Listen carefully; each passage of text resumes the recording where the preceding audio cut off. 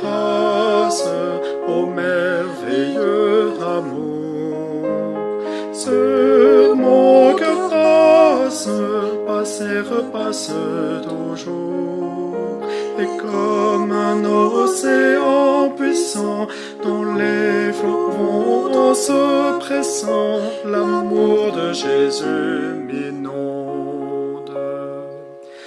Onde sur onde, comme un flot pressant, puissant, ton grand amour coulé m'inonde, comme un immense océan.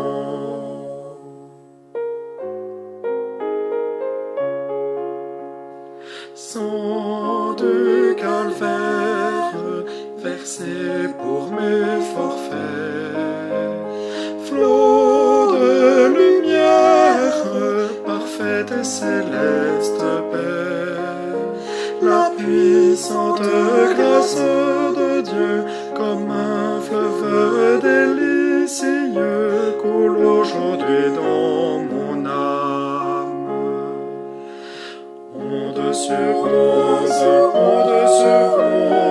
comme un flot pressant, puissant, ton grand amour coulé m'inonde, comme un immense océan.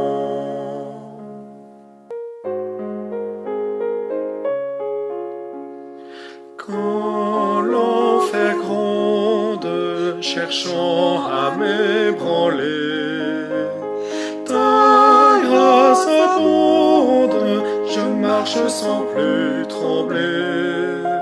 De Golgotha le flot vainqueur coule sans cesse dans mon cœur et m'entraîne vers la gloire. Onde sur onde, comme un flot pressant, puissant, ton grand amour coulé m'inonde, comme un immense océan.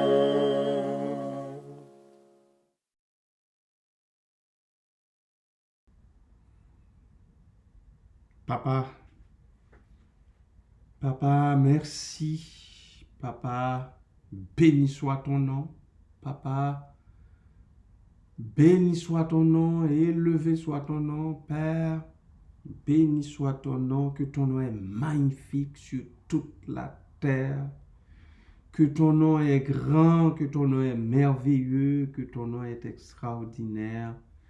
Merci Père, merci Papa, merci pour tes grâces sans nombre. C'est vraiment grâce sur grâce, c'est par ta grâce que nous respirons. C'est par ta grâce, ô Dieu, que nous continuons d'exister. C'est uniquement par ta grâce. Comment ne pas le reconnaître et te dire merci Seigneur. Merci Père, merci Papa, merci pour cette nouvelle journée. Merci Père pour cette nouvelle semaine qui commence. Merci pour chacun des jours de cette semaine, Seigneur. Merci Papa, parce que dans ton amour, tu ne nous délaisses pas, tu ne nous abandonnes pas. Tu nous soutiens sur la route. Tu fais provision au jour le jour, d'heure en heure, pour tes enfants que nous sommes. Merci Seigneur. Merci Père. Merci Papa. Que toute louange, toute gloire, tout honneur soit à toi seul, au siècle des siècles. Amen.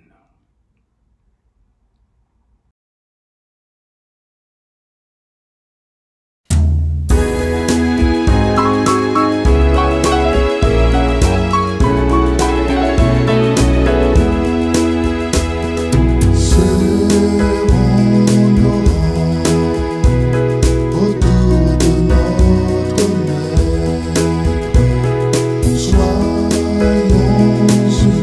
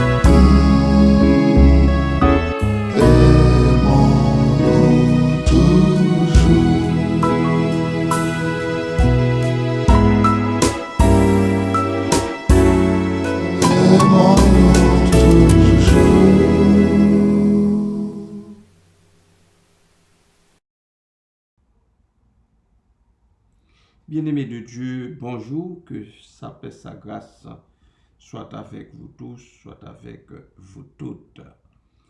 Dans le cadre de la vie nouvelle, je vais vous signaler quelques textes qui nous parlent de l'amour. Nous sommes là pour parler de l'amour aujourd'hui.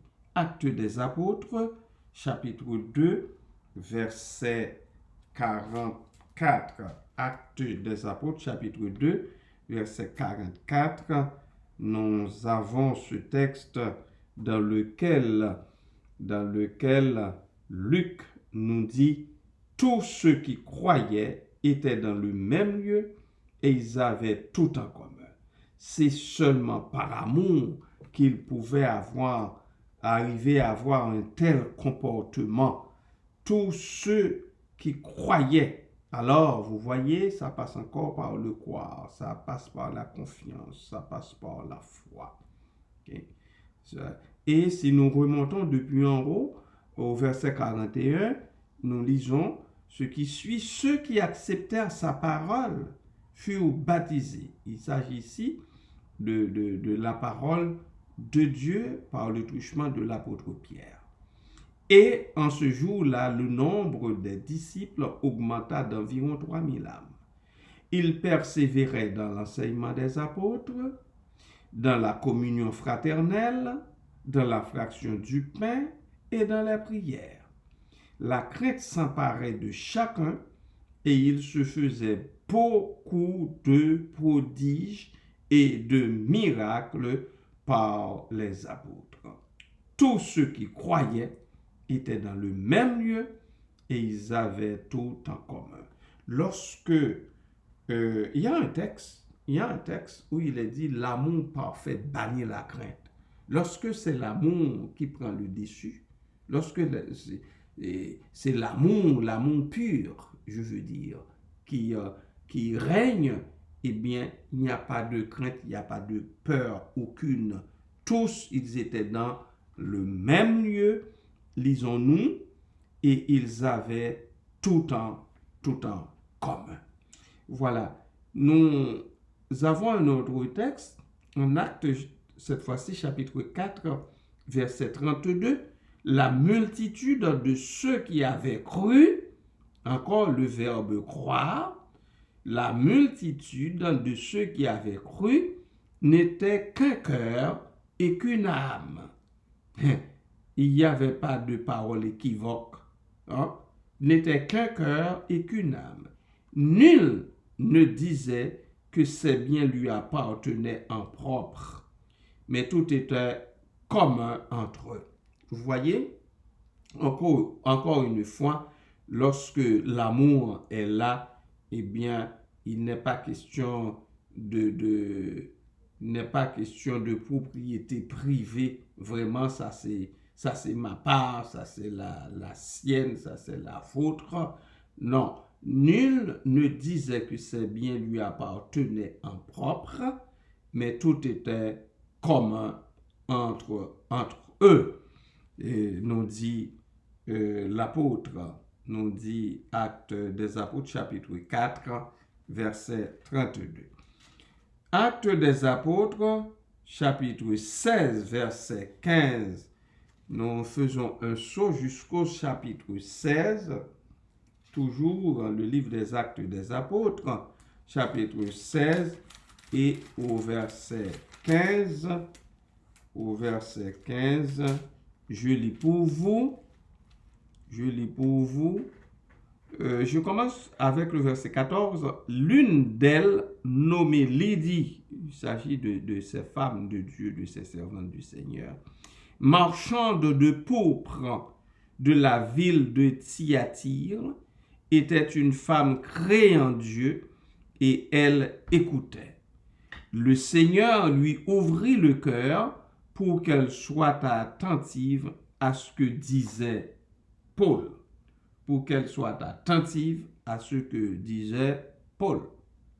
Verset 15. Lorsqu'elle eut été baptisée avec sa famille, elle nous fit cette demande. Si vous me jugez fidèle au Seigneur, entrez dans ma maison et demeurez-y. Aïe, aïe, aïe. Entrez dans ma... Et regardez avec quelle souplesse qu'elle formule sa demande. Si vous me jugez fidèle au Seigneur, c'est pas fidèle à vous, fidèle à ci, fidèle à ça, fidèle à tel pas. Non, c'est pas ça. Notre fidélité est due au Seigneur. Je répète, c'est au Seigneur que nous devons être fidèles. Lorsque nous sommes fidèles au Seigneur, eh bien, il n'y a rien que nous allons négliger dans l'œuvre du Seigneur. Lydie dit, si vous me jugez fidèle au Seigneur, entrez dans ma maison et demeurez-y. Et elle nous pressa par ses instances. C'est ce qu'elle a fait, parce que l'amour parfait bannit la crainte. Je poursuis avec Actes des Apôtres, chapitre 18, les versets 27 et 28. Acte 18, versets 27 et 28. Comme il voulait passer en Achaïe, alors c'est l'apôtre qui veut se rendre à Corinthe, comme il voulait passer en Achaïe, les frères l'y encouragèrent et écrivirent aux disciples de bien le recevoir. Il s'agit de Apollos ici, et de bien le recevoir. Les frères l'y encouragèrent et écrivirent aux disciples de bien le recevoir. Quand il fut arrivé, il se rendit par la grâce de Dieu très utile à ceux qui avaient cru. Encore une fois, le verbe croire, il est rendu très utile à ceux qui avaient cru, car il refutait vivement les Juifs en public, démontrant par les Écritures que Jésus est le Christ. Alors, c'est ainsi qu'ils l'ont reçu. Ils l'ont reçu de cette façon-là. Nous avons Tite chapitre 5, verset 16. Tite chapitre 5, l'apôtre Paul qui écrit ici à Tite.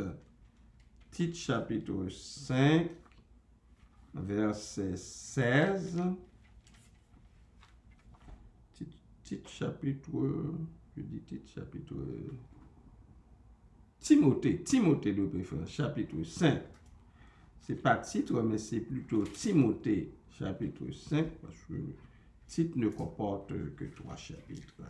Timothée, chapitre 5, et puis le verset 16 et 17. 16 et 17, l'apôtre dit que les anciens qui dirigent bien soient jugés dignes d'un double honneur, surtout ceux qui travaillent à la prédication et à l'enseignement. Car l'Écriture dit, tu ne muselleras pas le bœuf quand il foule le grain, et l'ouvrier mérite son salaire. Alors, c'est un texte qui nous rappelle, je dis le verset 16, mais j'ai lu les versets 17 et 18. Non, verset 16. Si quelque fidèle homme ou femme a des veuves, qu'il les assiste. Oui, voilà le texte qui nous parle de l'amour, et que l'Église n'en soit point chargée afin qu'elle puisse assister celles qui sont véritablement veuves. Si quelque fidèle homme ou femme a des veuves, qu'il les assiste et que l'Église n'en soit point chargée afin qu'elle puisse assister celles qui sont véritablement veuves. C'est le devoir de l'Église d'assister les veuves, d'assister les orphelins. comment les assister? C'est les assister avec quelques biens. C'est pourvoir. Ici, assister, ici, c'est pourvoir à leurs besoins. Il n'est pas question que les veuves aient à souffrir de quoi que ce soit, tandis qu'elles font partie de l'Église de Jésus-Christ.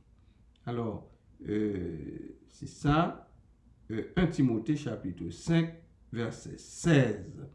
1 Timothée chapitre 6, verset 2. On était au verset 16.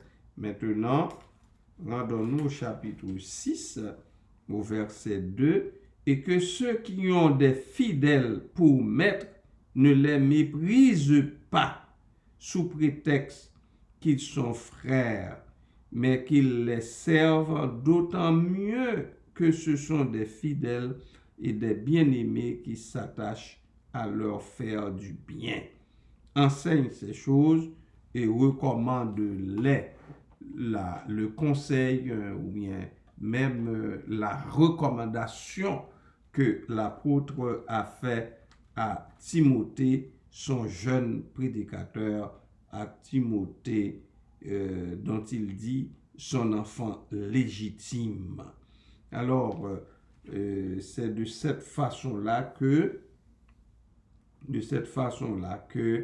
les enfants du Seigneur doivent se comporter les uns envers les autres quand il y a amour. Car l'amour parfait, encore une fois, bannit la crainte. Là où il y a l'amour, là où l'amour de Dieu règne, eh bien, on ne devrait pas, les fidèles, les croyants ne devraient pas avoir peur. Parce que, au contraire, ils savent, peuvent faire confiance, une confiance pleine, entière, à leurs frères, à leurs sœurs, fussent-ils des serviteurs ou bien de passage, tout simplement, fussent-ils de passage chez eux, dans leur mur, dans leur milieu. Que le Seigneur, donc, nous aide comme Église à vivre dans l'amour de Dieu, dans l'amour parfait du Seigneur, notre Dieu. Amen.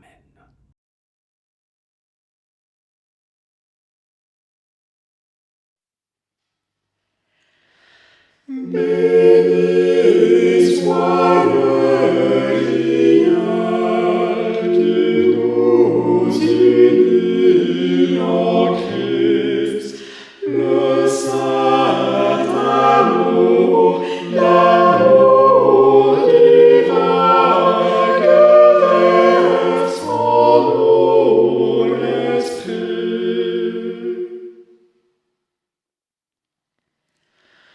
Au ciel vers notre Dieu, avec joie et ferveur, s'élèvent nos chants et nos vœux, parfum doux au Seigneur.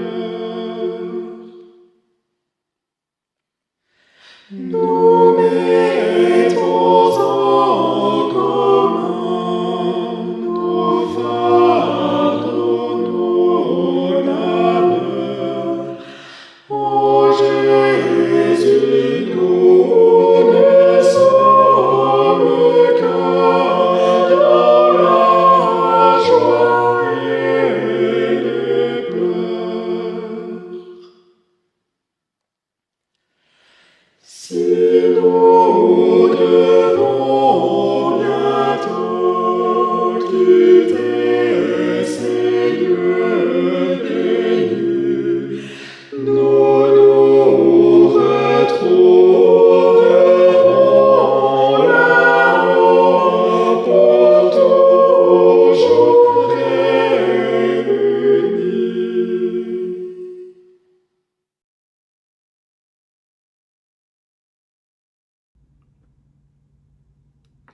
Tendre Père, merci pour ton amour, cet amour qui est la base de tout ce qui existe dans notre monde, cet amour qui vaut, oh Dieu, notre salut en Jésus, parce que tu as tant aimé ton monde que tu as envoyé ton Fils unique en bien-aimé pour le salut des hommes et des femmes, des sociétés de tous les temps. Nous en bénissons ton Saint-Nom, oh Dieu. Papa, notre prière aujourd'hui, c'est de nous aider à réellement serrer nos rangs autour de notre Maître. C'est de nous aider, oh Dieu, à comprendre que nous devons travailler au développement, à l'épanouissement de cet amour parfait, de cet amour en toi, puisque tu es amour toi-même. Aide-nous, ô Dieu, à resserrer les liens. Aide-nous, ô Dieu, à garder nos yeux fixés sur toi, sur l'Esprit Saint, l'Esprit de vérité, pour que nous restions unis en esprit, unis en Jésus, pour que, ô Dieu, nous cessions de voir pour nous-mêmes, pour que, oh Dieu, nous bannissions l'individualisme qui bat son plein dans la société, mais que nous, en tant que fidèles serviteurs et servantes, que nous arrivions à le tenir à distance, Seigneur. Mais au contraire, que nous travaillons l'un aux côtés de l'autre, l'un au bénéfice de l'autre, à l'avancement de l'autre, à l'avancement du fils de l'autre, de l'enfant de l'autre, de la fille de l'autre, du garçon de l'autre. Aide-nous, ô Dieu, aide-nous, soutiens-nous en ce sens-là, Papa, que nous ne prenions pas plaisir à vanter nos enfants, nos propres enfants, au détriment de celui d'un frère, de celui d'une sœur. Au contraire, que nous recherchions le bien de l'enfant de l'autre en même temps que nous cherchons à tue-tête le bien-être de notre propre enfant. Merci Seigneur, merci Papa, merci pour ton œuvre magnifique. Merci Seigneur pour tout ce que tu as fait au milieu de nous. Les jeunes sont devant toi, qui en arrachent pour terminer leur année scolaire. Papa, fortifie-les. Papa, ouvre leur intelligence. Papa, parle-leur.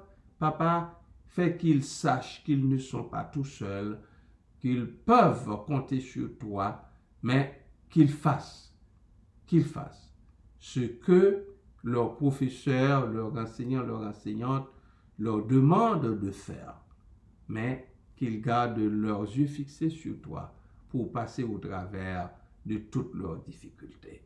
Fais-leur grâce et miséricorde, ô Dieu. Merci Père, merci Papa. Et c'est dans le nom de Jésus que je te réclame toutes ces grâces. Amen. Amen. Alléluia. Béni soit l'Éternel.